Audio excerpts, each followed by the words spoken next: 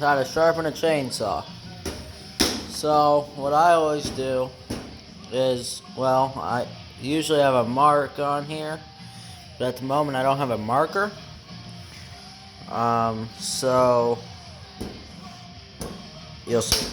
I always set the brake so it doesn't move, and then you want to take it just like that, put pressure, and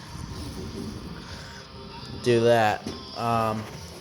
You want to make sure, this one you can't really tell, but there's no hole. See, if I move it like that, there's a hole.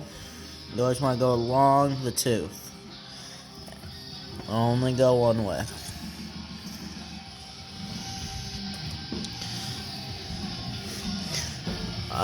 And then you'll find when you'll know when you're done, because you'll see that shiny. Then I usually flip it around after I go all the way around. Of course, I'll go like this, and yeah, anyway. I'll flip it around. Keep both hands on. I'll go around the chainsaw, and I'll go just like the same way, and always make sure there's no holes. There's no gaps. So you'll just gap that way, gap that way. You'll know when you're at the right angle when you are right along the tooth, so there's no gap.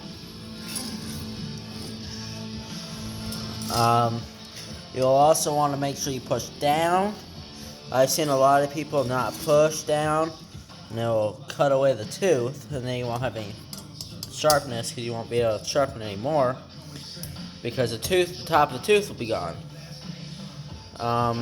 Then when you get to the rakers,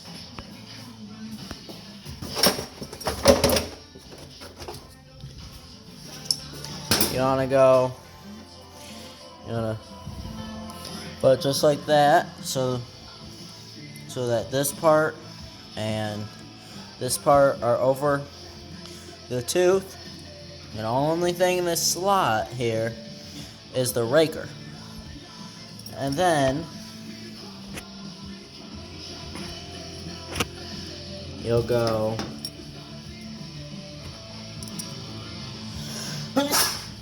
Corona. Just like that at an angle. And if you go like this, it ain't gonna really do much, but I guess you can do that.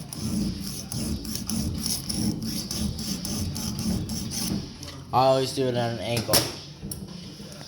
Otherwise, you're not really taking much off.